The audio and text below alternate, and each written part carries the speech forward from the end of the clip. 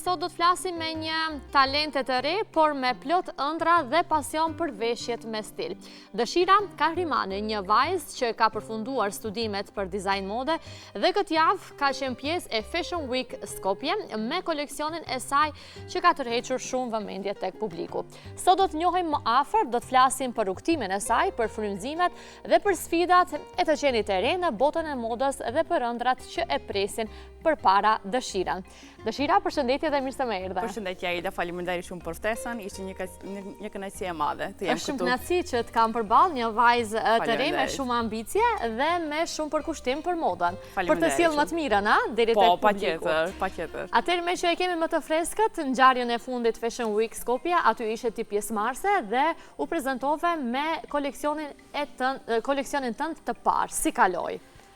Po, ishte hera e parë që marrë pjesë personalisht në Fashion Week, më para kam marrë pjesë me fakultetin, si grup studentësh, po kjo ishte koleksioni im i parë. Kalova shumë mirë, më mirë se sa i kisha imagjinuar.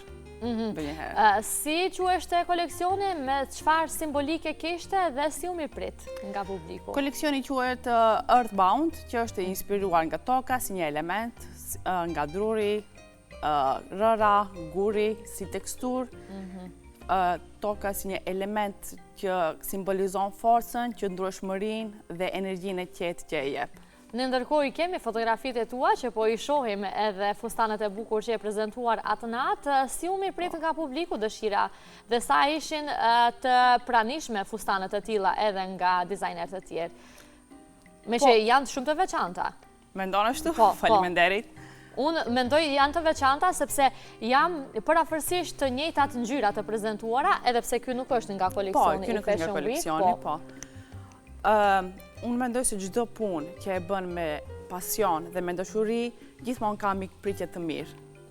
Dhe me të vërtet kisha komente shumë të mira dhe mendoj që jam në rrugën e duhur që e bëj. Sa kohë të është dashur që ta përgatisesh këtë koleksion? Po të ashti fillon gjithmonë nga një ide, të skicimi. Kjo më shumë filloi pas mbarimit të sezonit veror dhe kur fillova me pushimet, atëherë kisha më shumë kohë të mendoja, të skicoja dhe përafërsisht një muaj. Përafërsisht një muaj. Nga që gjatë pushimeve verore ti ke qenë shumë e ngarkuar, ndoshta me punë me porositë të tjera, dhe nuk ke pas hapësirë po që të punosh për këtë sfilat.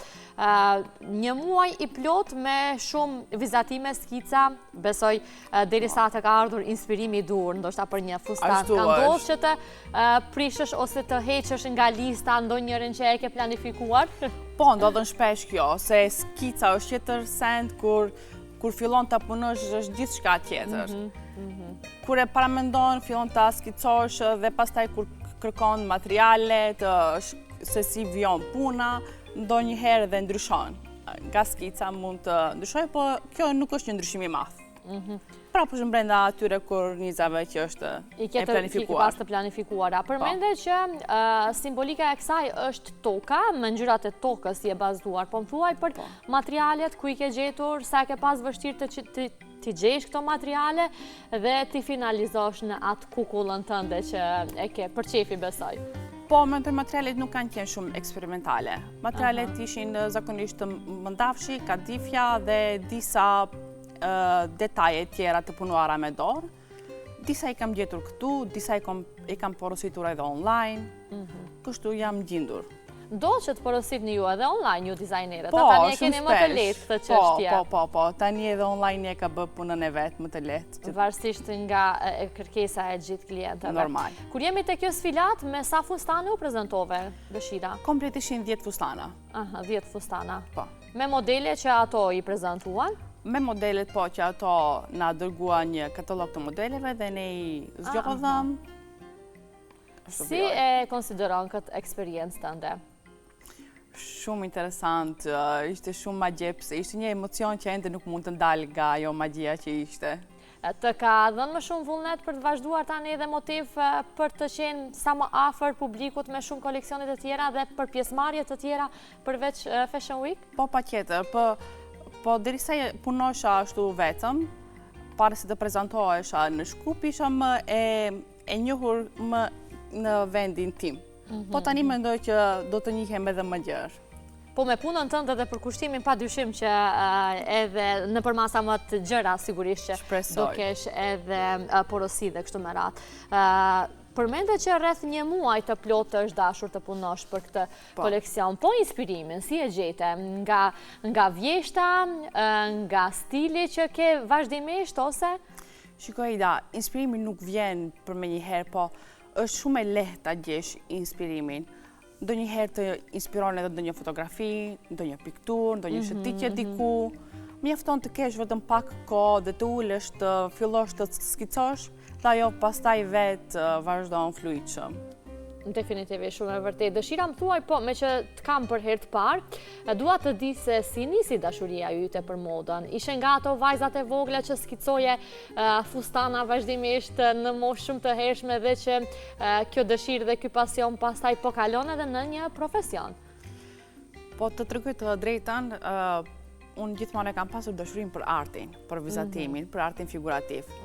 Po duke u rritur, duke u formuar si person, si karakter, dhe kështu pastaj fillova të kem interesime dhe në aspektin e modës.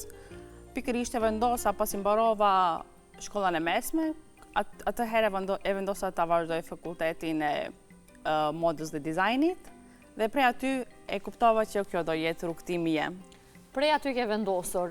Si ka qenë përkraja e familjes dhe shoqërisë në përgjithësi për këtë rrugë tënde? Familja më ka përkrahur edhe shoqëria gjithashtu, ato menduan që unë kam një talent të tillë dhe ja dola. Ja dole. Sa mungojnë realisht dizajnerat e ri në vendin tonë dhe sa gjeni përkrahjen ju të njëri tjetri? Po mendoj se nuk mungojmë shumë. Ka goxha që ka të interesuar në aspektin e dizajnit tash, në aspektin e artit nuk është shumë si më para, që nuk do ketë punë me artin, nuk do ketë punë me muzikën. Tani nuk është më ashtu. Të gjithë të rinjt duan ta prezantojnë vetveten, duan e shohin talentin se ku e kanë dhe mendoj se e japin maksimumin në atë aspekt. Çfarë mendon që e ka bërë ndryshe këtë rrugtim të dizajnit në Maqedoninë e Veriut? Ka ndikuar edhe rrjetet sociale sadopak për t'u frymzuar ju dhe për të qenë sa më afër publikut në një farë mënyrë, sepse unë mendoj që nëpërmjet rrjeteve sociale ju edhe promovoni veten, apo jo? Përveç mediave. Rrjetet sociale janë një faktor shumë i madh.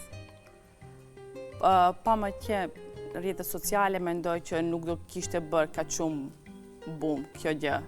Për shembull, porosit ti nga i merr më shumë nga rrjetet sociale ose nga miq dhe familjar që të njohin njëri pas tjetrit? Të dyja janë. 50%, edhe ashtu është. Edhe nga rrjetet sociale, normal është interesimi i madh. Që do thotë ka ndikuar pozitivisht. Po, ka ndikuar shumë pozitivisht, po. Po edhe nga rrethi i afërt që kam besim në punën time, më njohin mirë edhe vijnë. Zakonisht i punon, i bën vetë qepje dëshira apo ke bashkëpunëtore në atelien tënde? Po zakonisht i bëj vetë. Po ka një vit që kam vetëm një vajzë e re që njëjtë ka pasionin si unë, kur kam qenë e re, dhe ajo vinë është në shkollë të mesme, vinë 3 herë në javë, po. Me atë, po zakonisht punoj vetëm. Se ky profesion ka shumë, si të them, detaje përgjithësi. Detaje, po, kur fillon prej të skicat, prerja, qepja, realizimi deri në fund. Dhe duhet të jetë vetëm një mendje fokusuar, duhet të jesh shumë e fokusuar, të jesh shumë e organizuar mirë që të dalë në fund produkti mirë. Padyshim, si do e përshkruaje stilin tënd të dizajnit? Si minimalistik, romantik, modern, apo edhe eksperimental? Unë mendoj se stili jem më mirë do ishte ta pyesim publikun se çfarë mendojnë për këtë, po mendoj më shumë se është minimalistik dhe modern. Që u përshtatet më shumë njerëzve. E ke menduar që këtë stil ta ndryshosh në ndonjëherë dhe sa ke përdorur edhe elemente kombëtare? Të ka ndodhur që të përdorësh në ndonjë veshje? Deri tani jo. Po, a do ta kisha ndryshuar? Mundet, të varet prej karakteri që do më vi, prej inspirimit që do të vi në vijim. Çdo gjë është e mundur, jam e hapur për të gjitha ndryshimet. Çfarë e dallon dëshirën dhe dizajnet e saj nga kreatorët e tjerë që i kemi në vend? Mendoj si do e përshkruaje veten? Si do e përshkruaje veten? Mendoj që fustanet e mia dallohen me energjinë që e përcjellin ato. Që një grua kur e veshën fustanin tim dua të ndjehet një diva. Një zonjë e vërtet. Po, një zonjë e vërtet. Dhe mendoj që kjo ndjesia dhe puna që e bën me dëshuri dhe pasion e përcjellet dhe te fustani. Po, dhe si ndjesh pastaj kur merr edhe komplimentet nga të gjitha këto zonja që vetë se më kanë në garderoberin e tyre fustanët e tua? Ajo është më qërshia mbitarte. Shumë mirë. Dhe sigurisht që të motivon edhe për të vazhduar dhe më tej në këtë rrugë.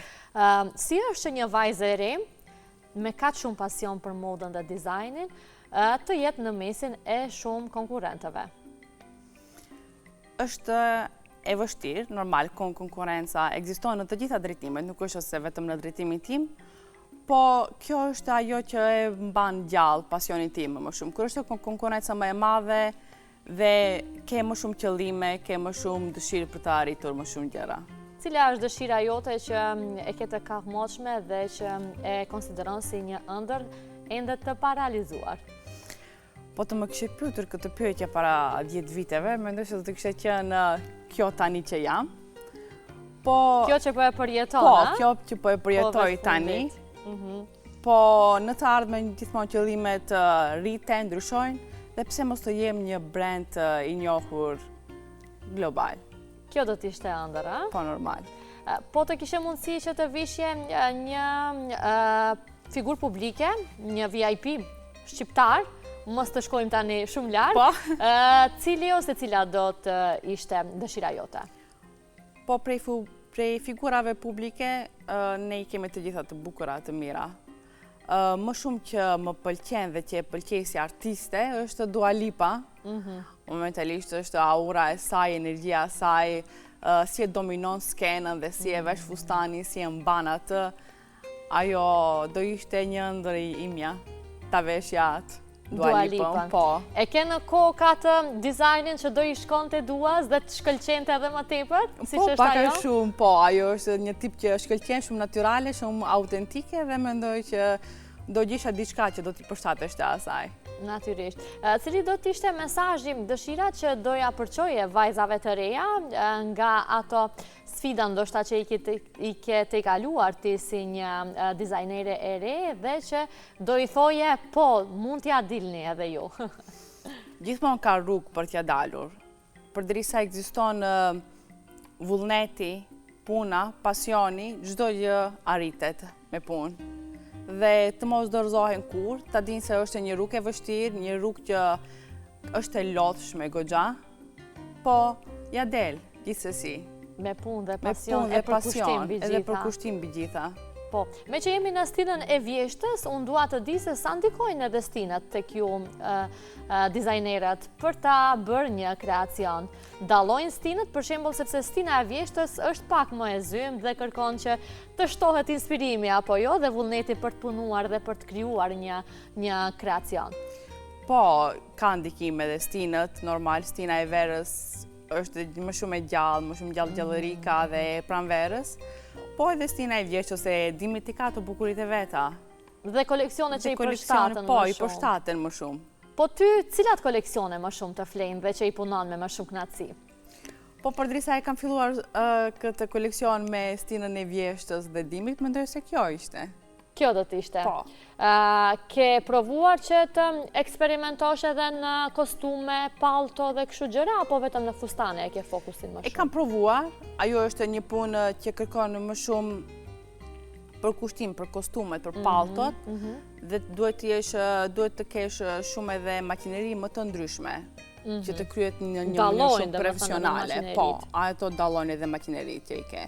Me që jenë në fillim të kësaj rrugë, unë të uroj që sa më shpejt të fillosh edhe me këto modele. Unë jam e bindur që doja dalësh, sepse në sytë tu shoh një pasion të madh për modën dhe dizajnin dhe shira. Faleminderit shumë, Aida. Këtë e ke dëshmuar edhe me fotografitë tua që i ke edhe në rrjetet sociale, e kemi parë vazhdimisht edhe modelet tua që i ke krijuar deri më tani, si një vajzë e re që sapo ka mbaruar studimet e dizajnit. Unë të uroj shumë suksese, po në fund dua të di se cila është motoja yte personale që të udhëheq gjithmonë në jetë. Faleminderit shumë, Aida. Shpresoj që ato fjalë që i the